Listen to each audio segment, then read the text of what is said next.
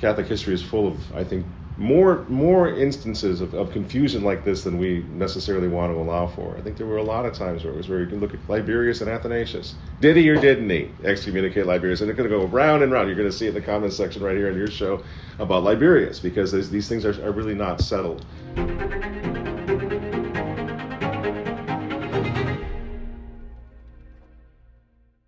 Hey, my friends.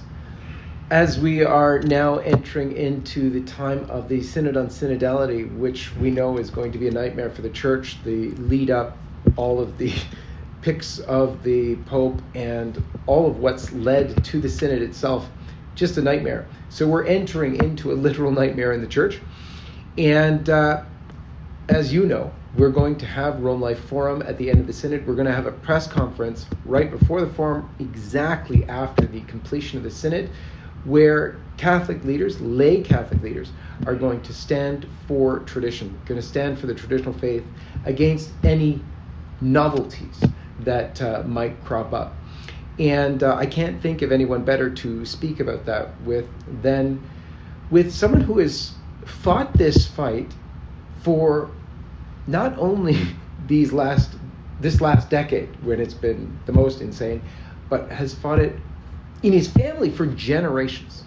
Michael Matt with Remnant TV, Remnant Newspaper, has been in this fight for tradition, for the true faith, in his family for over 100 years. Mm-hmm. And so it's incredible.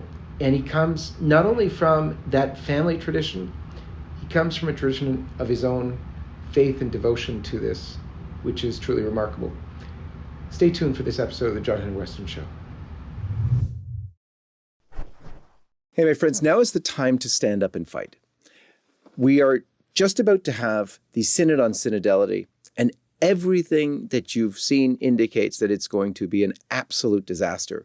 We have Father James Martin as a personal appointee of the Pope speaking at it. We've got Cardinal Cupich, Cardinal Tobin. These picks of the Pope to engage in this synod are indicative of where we're going. We're going into heresy. And at these times of great crisis, the Church, especially those called in the laity to work for the glory of Christ and his Church, are called to gather and strategize. Back in 2014, LifeSite launched something called Rome Life Forum. It was a gathering at that point of some 75 life and family leaders from all around the world to strategize as to what we could do. And when we gathered, the majority of people were most concerned about what? About Pope Francis, about what was going on in Rome. But this was 2014, but the life and family leaders saw it first. Now, a decade on, we are confronted with some of the most severe challenges the Church has ever faced. And so, our tradition at LifeSite is to continue with Rome Life Forum, which has continued every year until we had to take a break over COVID because we weren't permitted. But we're starting it up again. Please come, if you feel so called, to Rome, October 31st and November 1st, the very end of the Synod on Synodality. And we'll be there to strategize with His Eminence, with His Excellency, and with many life and family leaders from around the world. For LifeSite News, this is John-Henry Westen, and may God bless you. Michael Matt, welcome to the program. Thanks for having me, John Henry. So good to be with you. Let's begin as you always do with the sign of the cross. In the name of the Father, and of the Son, and of the Holy Ghost. Amen. Amen. So, Michael, you've been doing a lot. You're running right now your own conference here, which is very, very well known, the Catholic Identity Conference. How long has that been going? We're at 12 years, I think, at this point. I lose track, but I think it's about 12. So for most of the apex of the revolution, you have been running this conference, and it's needed because it's about the true Catholic identity. Mm-hmm. One of the themes that you've also had here, going back, I think, to its beginning, has been Unite the Clans. Mm-hmm.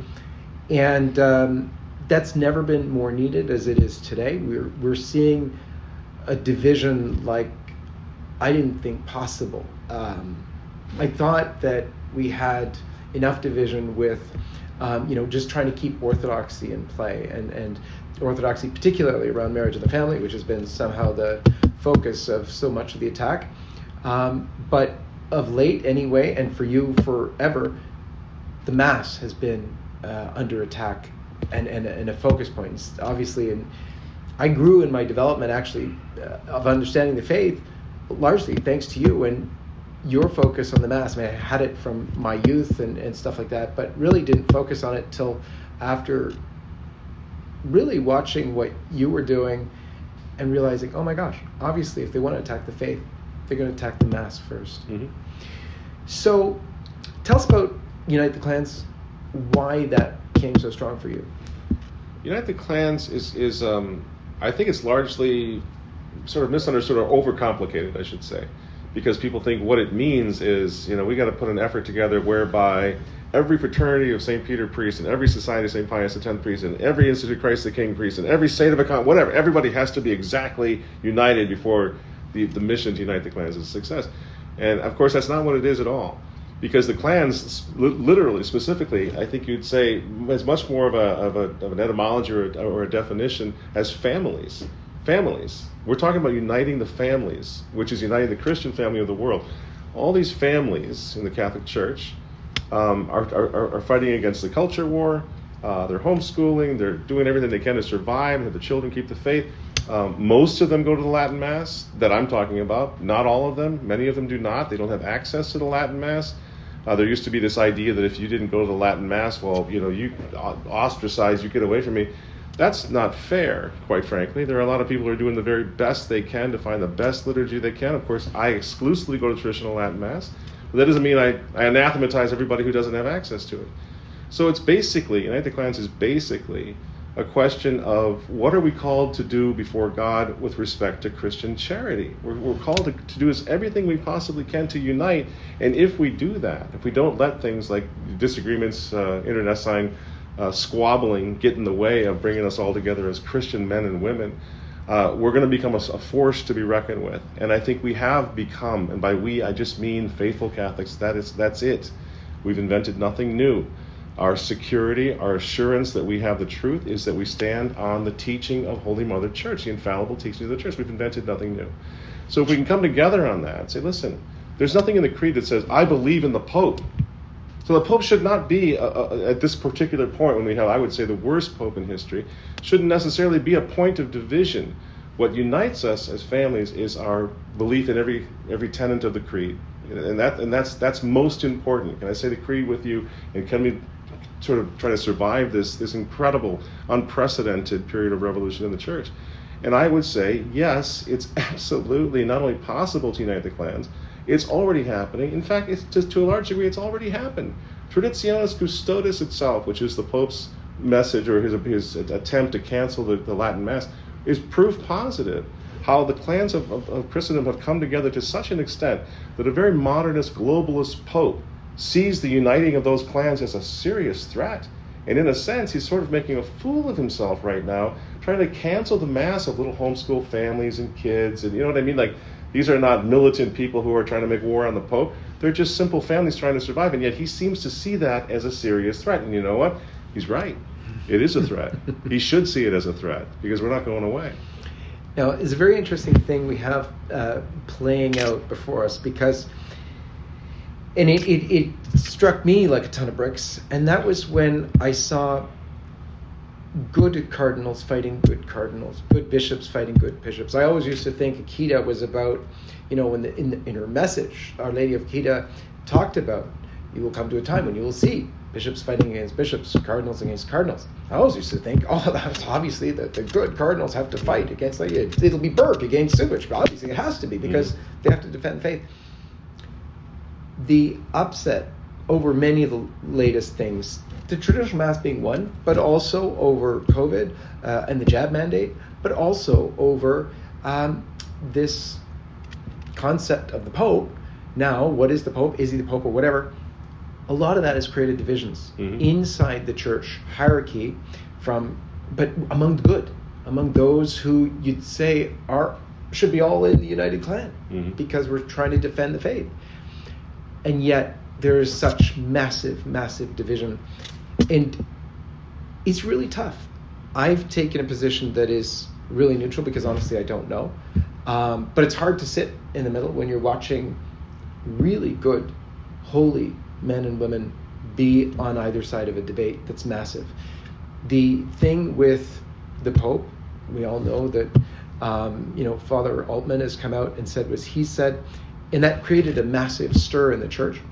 But he wasn't the first one. He wasn't the first prelate to have said so. He wasn't even the first most high-ranking prelate. We have two prelates who said so as well, Bishop Rene Gracida from Texas and Archbishop Jan Pavalenga, who is from Kazakhstan. He was actually the former superior of Bishop Schneider, who is himself one who would suggest that that should never even be thought of, that Francis isn't the Pope.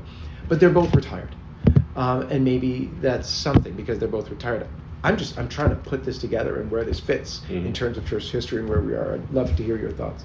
Well, I mean, it's just been repeated so often it's become a cliche that during the Avignon captivity that there were saints on both sides, where there was a pope and an anti-pope, and there were saints on both sides of the anti-pope as well, as who was the pope.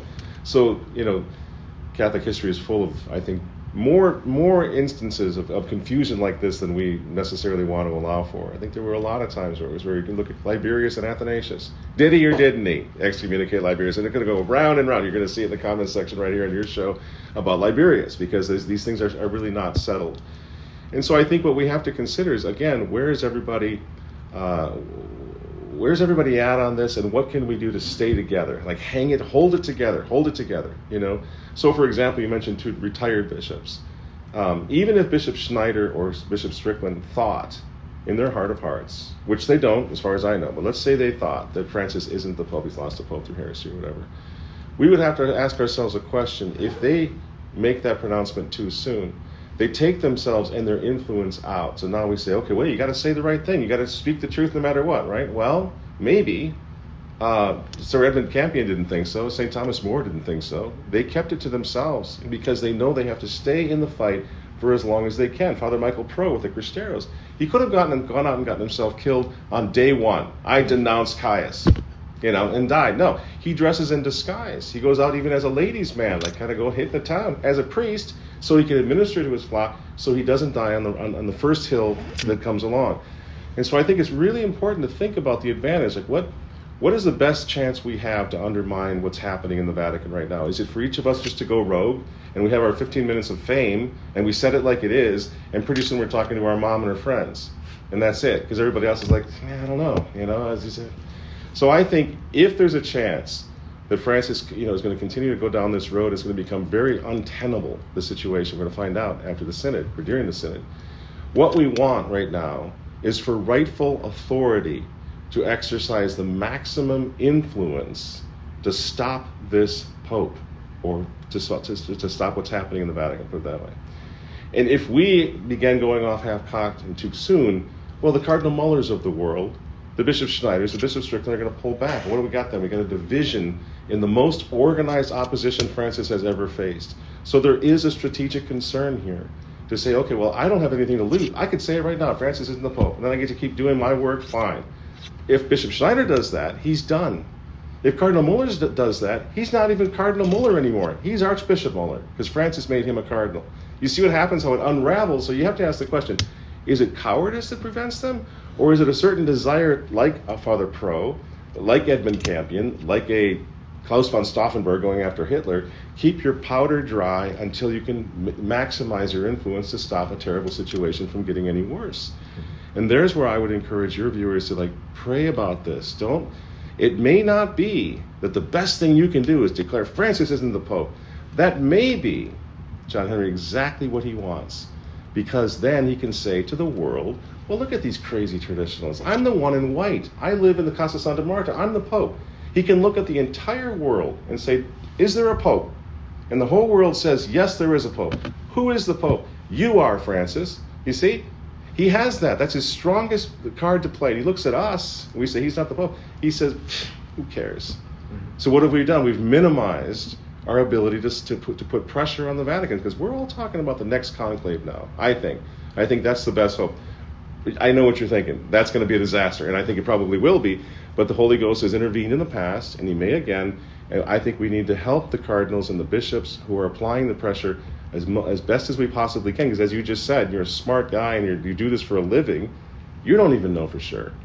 So if we don't know for sure, stick with the thing, stick with the faith, stick with what unites us, and support these guys, these priests and prelates who are putting pressure on the Vatican right now. Cardinal Muller's at the top of the list as far as I'm concerned, and Cardinal Burke. And let's see where this goes. But going off half-cocked may not be the right thing to do. It may not be God's will at all.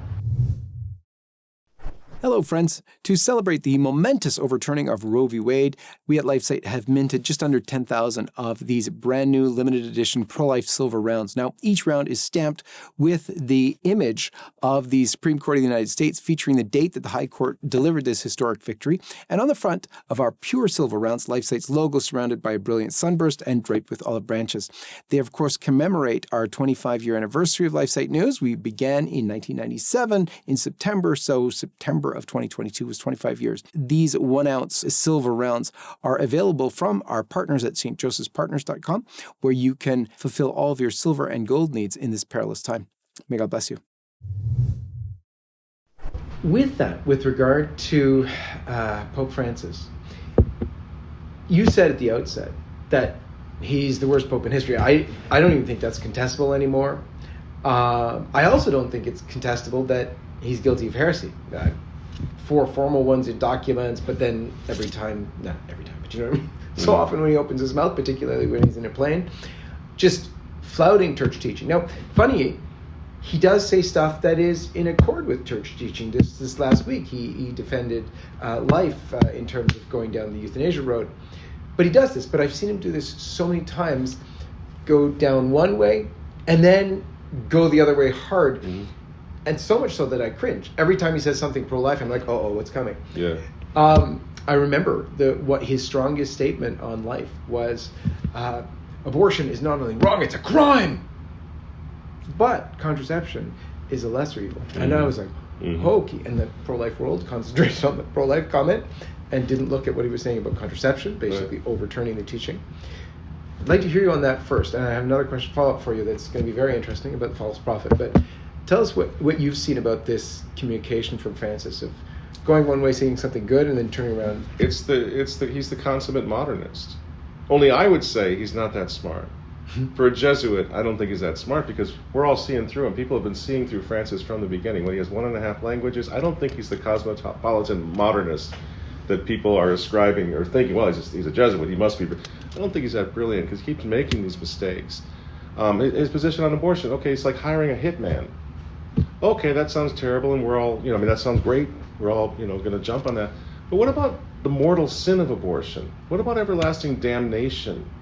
What about the fact that a baby just died without baptism? And the doctor and the mother now murdered a baby. No talk about that at all, because that's very politically incorrect. So like our own country in the U.S., half the country is more or less pro-life, so they say.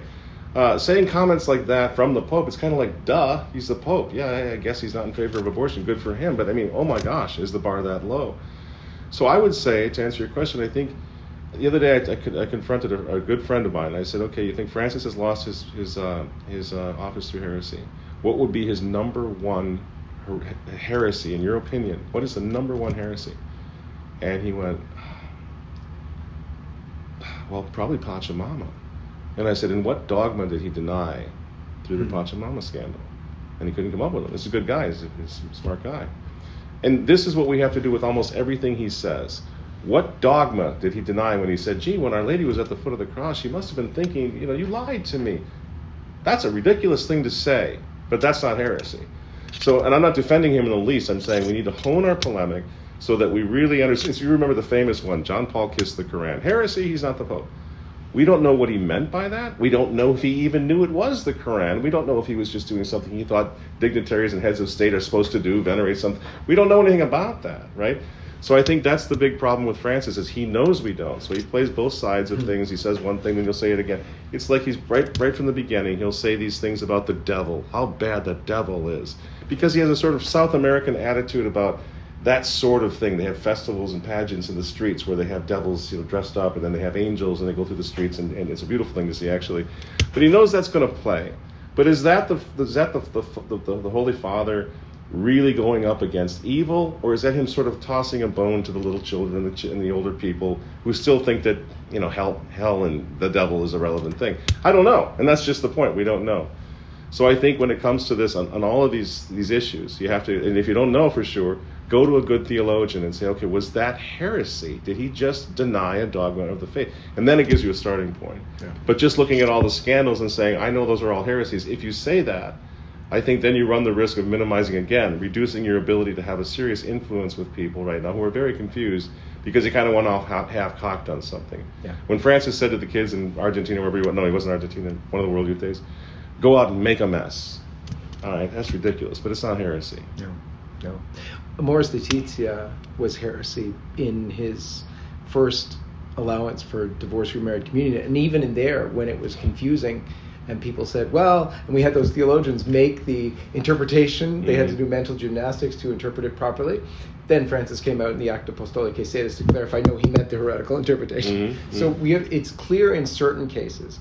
It's also clear in Gaudete et Exultate, where he reverses the order of the importance vis-a-vis immigration and abortion, which is the teaching of the church and reiterated by the U.S. bishops about the primacy of abortion. So there are actual cases that have been delineated by theologians, and if you've got it on your site, it's all over Life site. So we have actual cases. The death penalty is another one with the catechism. I think we'd have to, if you don't mind me interrupting before I forget, I think one of the big problems that we have there is proving pertinacity. So now that's what Cardinal Burke and the Dubia cardinals were trying to do. They were trying to say, Holiness, what do you mean by this? In Amoris Laetitia, what are you saying here? Of course, he never answered them. So now it's a question of, he has to deny a dogma of the faith. He has to be informed. What the main thing that we have to understand with as far as declaring a pope has lost his office through heresy is there's a canonical process. He has the right to a defense, just like we would in regular jurisprudence, in the regular court of law. You can disagree with him all day long. You can say, no, I know what he's really doing, but still, at the end of the day, he has a right. So he has to be informed that he's a heretic, that what he said is heretical. And then he has to remain pertinaciously, basically digging in. I don't care. I'm going to continue to be a heretic no matter what.